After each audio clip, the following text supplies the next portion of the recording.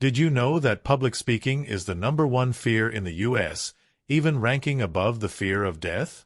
In Speak with No Fear, public speaker and coach Mike Acker explores why so many people are afraid to address an audience and provides 7 strategies to help you overcome that fear. Acker promises that after working through these strategies, you'll gain the confidence to become the strong, compelling speaker you've always had the potential to be, or at least to get through an upcoming event without wanting to throw up. With a speaking career spanning more than 20 years, Acker has addressed audiences ranging from less than a dozen to thousands of people. Before that, he honed his skills as a student at Northwest University and a member of its world-class debate team. In addition to his public speaking work, Acker is a much sought-after communication coach whose clients include Fortune 500 companies, celebrities, churches, and relief organizations. He's channeled that expertise into numerous self-help books about communication and leadership, the most popular of which is the best-selling Speak with No Fear. In this guide, we'll go over each of Acker's 7 strategies for overcoming the fear of public speaking. Since some of these strategies can help you to implement others more effectively, we've rearranged them into 4 main strategies and 3 supporting strategies.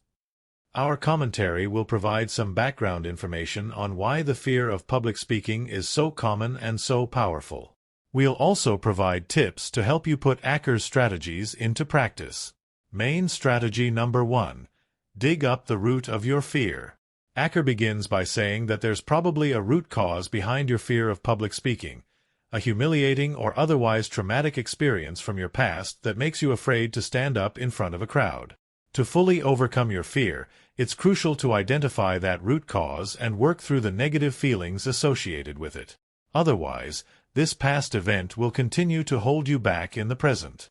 For Acker, the root cause was obvious. He first tried public speaking in high school and his classmates viciously mocked his performance. However, the reason you're afraid might not be so clear, so be prepared to dig into some of the most painful moments of your past. For instance, think about times when you became the center of attention for something embarrassing, times when groups of people made fun of you, or times when you were put on the spot for something you weren't prepared for. This is a difficult process, but an important one. A traumatic memory that you've buried is a bit like a broken bone that healed crookedly. Acker says, you have to re-break the bone and set it properly in order to make it whole and strong again. That's what this first strategy does for your psyche. You go through that pain again so that you can truly recover from it. Emotional trauma can be as harmful as physical trauma. A physical injury like a broken bone is an apt metaphor for emotional trauma.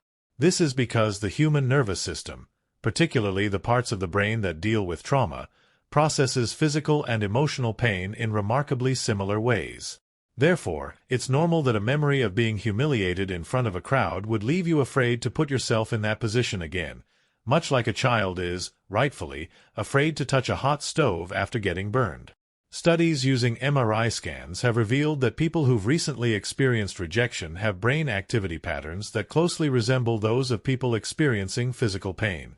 This finding suggests that the key components of the nervous system involved in pain processing may not differentiate between physical and emotional sources of pain.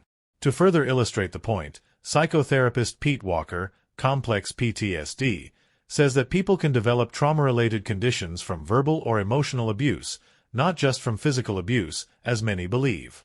In short, the psychological impact of emotional trauma can be just as significant as that of physical trauma, with long-lasting effects on a person's mental health and well-being. How to move on from painful memories. Acker says that when you find a memory that brings up the same feelings of fear and embarrassment you have about public speaking, you'll need to do the uncomfortable work of reliving and processing those emotions so you can finally move on from them. For instance, one effective way to do this is through art. Write, draw, or craft something that tells the story of what happened and how it made you feel. However, if you're truly feeling stuck in that memory and unable to move on, you might need to talk about it with a therapist. Once you've gotten the uncomfortable feelings under control, Acker's final suggestion is to look for a more positive way to think about that experience. Perhaps there's a lesson you could learn from it, or the pain helped to make you more resilient. Doing this will finally break that memory's hold on you, allowing it to become a source of strength rather than a source of fear. Should you try to harness post-traumatic growth? The process Acker describes here, thinking deeply about an upsetting experience, working through those memories, then harnessing them as a source of strength, is what mental health professionals call post-traumatic growth. This is essentially the opposite of post-traumatic stress disorder, PTSD. It refers to the positive psychological changes that many people experience after living through traumatic events.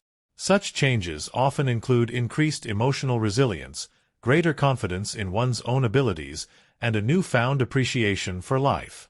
Furthermore, some research has shown that post-traumatic growth becomes more likely the more someone thinks about a traumatic event. This is because remembering an upsetting experience over and over gives them the chance to reflect on that experience and come to terms with it. However, some experts warn that trying to intentionally remember and reframe a traumatic experience can backfire terribly. For instance, in The Body Keeps the Score, psychiatrist Bessel van der Kolk says that intentionally reliving trauma can actually make it worse. Also, far from helping people to move past painful memories, it often causes them to become even more fixated on those past events. Main strategy number 2. Prepare for disaster. Uncovering and healing from past trauma may be the most effective way to overcome your fear of public speaking, but it's difficult and time-consuming, and therefore not practical if you've got a speaking engagement coming up soon. Acker's second strategy, planning for the worst, is a much quicker fix. However, be aware that you'll have to do this strategy all over again for each speech or presentation you give, since it only prepares you for one specific scenario.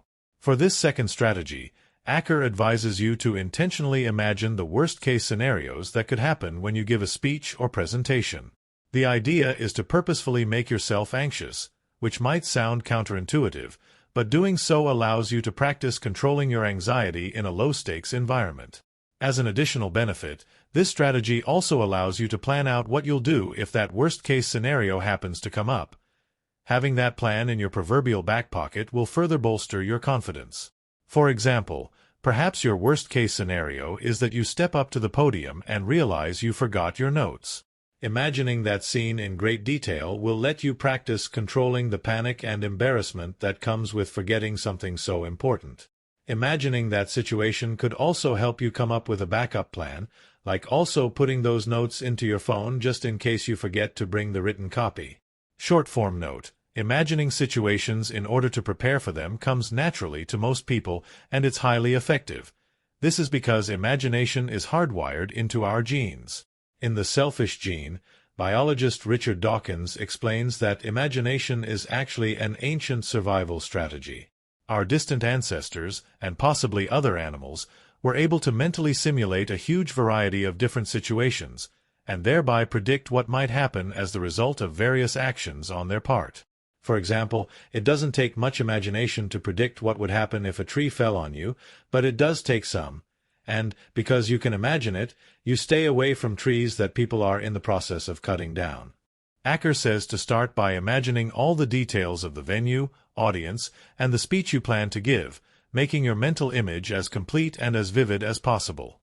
Then, to build up your nerves and anxiety, think about how it could all go wrong. Next, practice calming techniques like deep breathing until the anxiety is gone, or at least manageable. The author adds that even if something does go wrong during your speech, it'll rarely be as catastrophic as the scenario you imagined. Therefore, by preparing for the worst, you've over-prepared for whatever actually happens, and you'll be able to handle any problems with ease. Imagine the best-case scenario. Acker suggests imagining the worst possible outcomes in order to mentally prepare yourself for them and practice controlling your emotions. However, some research suggests that the opposite approach, imagining the best possible outcomes, is also an effective way to reduce your anxiety.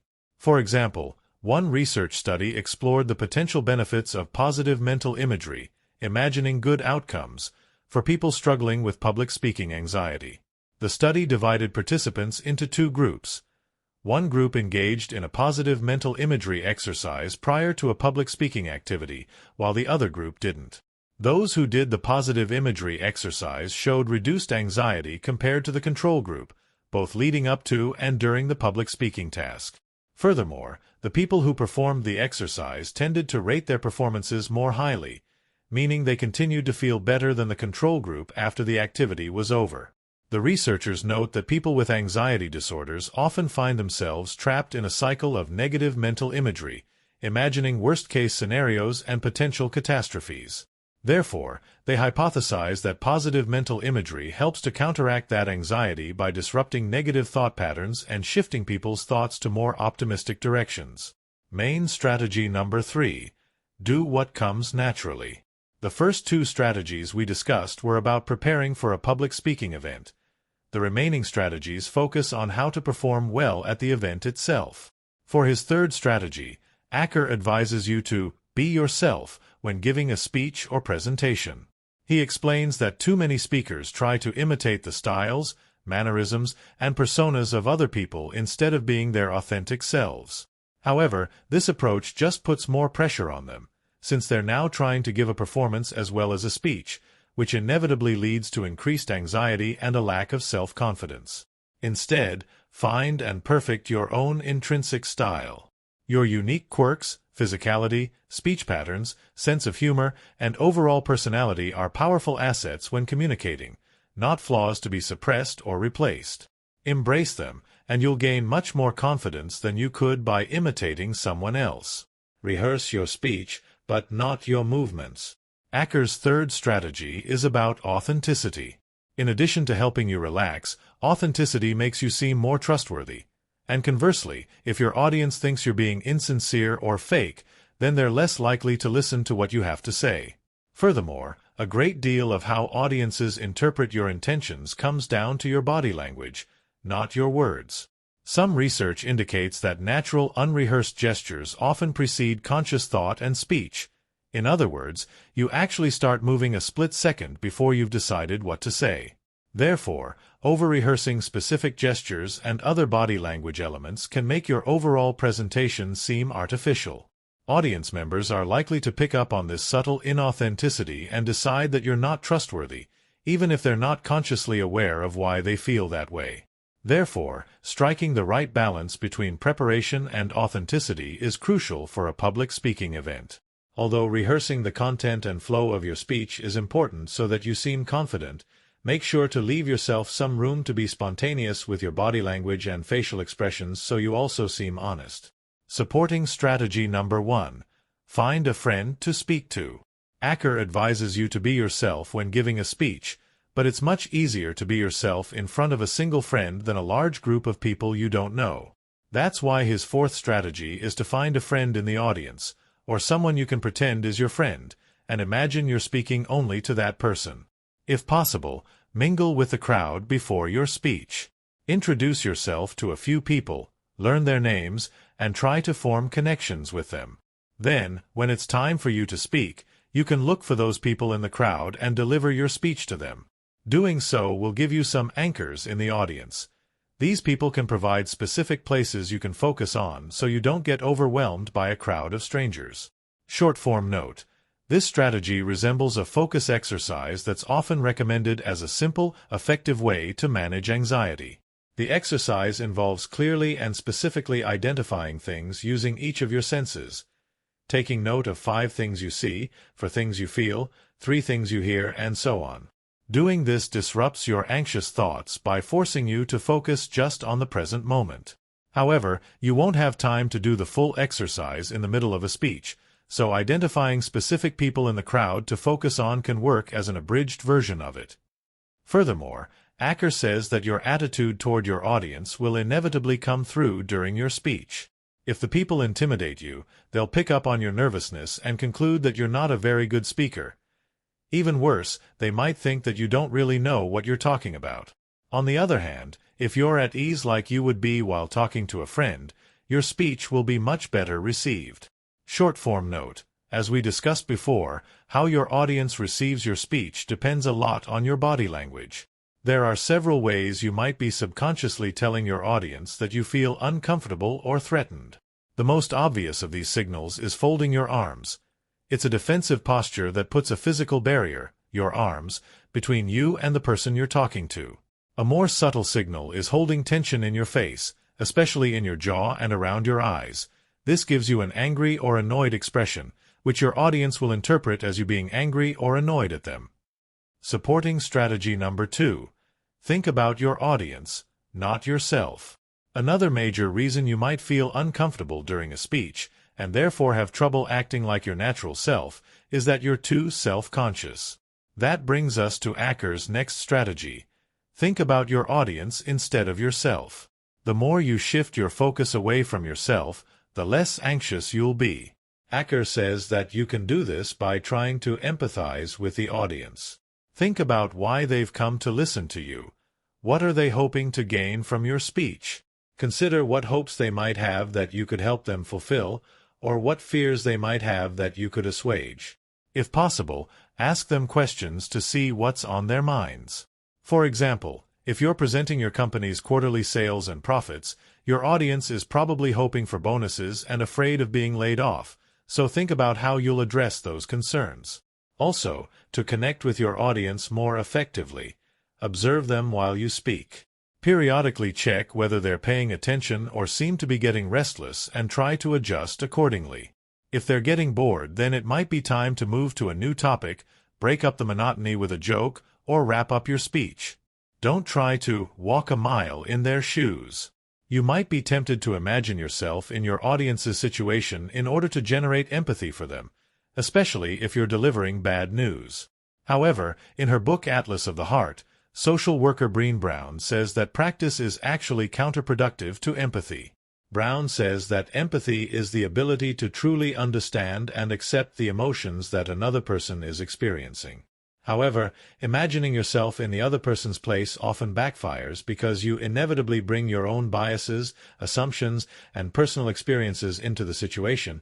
You start thinking about how you would feel in the same circumstances instead of how the other person currently feels. The best way to genuinely understand your audience is, as Acker says, to observe them. This will help you to better address their actual needs in that moment, instead of trying to manage feelings that might only exist in your head. Main strategy number 4. Use your nervous energy. No matter how effectively you use these strategies, you probably won't completely get rid of your nervous feelings. However, Acker argues that's actually a good thing. You're nervous because you care and because you want to do well. Furthermore, you can harness that nervous energy to deliver a more forceful, more passionate speech than you could ever give while you're totally calm.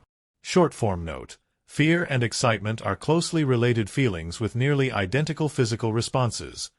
Increased heart rate, faster breathing, a surge of adrenaline, and so on. Therefore, you can harness your stage fright like Acker suggests by reframing your fear as excitement. One way to do that is by changing the way you talk to yourself about public speaking. Instead of telling yourself that you're nervous or that you can't speak in front of a crowd, try telling yourself that you're going to do great and impress the audience. Alternatively, try thinking about all the good that could come from this speech or presentation. For example, if it's work-related, perhaps doing well will get you a step closer to a promotion. The author says that the key to using your nervousness effectively is intent. Remember why you're there and what message you're trying to convey, and focus your nervous energy on that intention. Use the energy to invigorate your words and your movements. Even the pauses in your speech should be purposeful. They're a chance for you to take a breath and recenter yourself. Conversely, if you don't have a focused intent, you'll just waste that energy on anxious fidgeting and pacing. In other words, your energy will work against you instead of working for you. Short-form note: keeping your intent in mind gives you a goal to focus on, which will help you stay fully engaged in what you're doing. That engagement, in turn, will relieve your feelings of anxiety. In Flow, psychologist Mihai Csikszentmihalyi explains that being totally focused on your task, in this case, giving a speech or presentation, means you can't devote any attention to feeling worried or self-conscious. In fact, while thinking back on times when they were absorbed in a task, people frequently report that they felt calm and in control, the exact opposite of feeling anxious. Supporting strategy number 1. Focus on the here and now.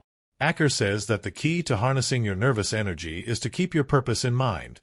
The most effective way to do that is to keep your attention on the present moment, instead of regretting the past or worrying about the future. In fact, you can practice this strategy during every step of public speaking. First, while you're preparing and writing your speech, don't get impatient and wish that the speaking event would come sooner. Instead, relish the chance to learn more about the topic and practice your speaking skills. Then, during your speech, don't distract yourself by thinking about what else you wish you'd included in it, or by worrying about what you're supposed to say next. Remember, your audience doesn't know what you wrote, so it doesn't matter whether you follow the script word for word. A strong sense of purpose and a genuine connection with your listeners are much more important. Finally, once your speech is over, accept whatever happened and move on. Remember that you did the best you could in that moment, and stressing about it after the fact won't change anything. You can celebrate what went well and identify things that you could improve upon for next time, but the most important thing is this: savor the fact that you faced your fear, you gave the speech, and now your life goes on. Reduce anxiety with mindfulness meditation. Acker advises you to overcome anxiety by staying focused on the present moment. Another way to say this is that he's advising you to practice mindfulness. Being mindful means being fully aware of everything that's happening to you from one moment to the next. This includes internal experiences, such as your thoughts and feelings, as well as external stimuli like sights, sounds, and smells. Mindfulness also allows you to notice how you're responding to those stimuli. For example, are you feeling stress and fear, or are you in a state of calm acceptance? By becoming more aware of your moment-to-moment responses, you can begin to make more conscious and intentional choices about how you want to handle your current situation. One common way to build mindfulness is through meditation. Meditation involves setting aside dedicated time to focus your attention on one specific thing, such as your breathing or a mantra you've chosen, to the exclusion of all else. This exercise trains your mind to be more present and less easily distracted, including by your own stray thoughts and emotions. In fact, some experts say that practicing meditation for just a few minutes each day can greatly improve your ability to stay focused on the here and now.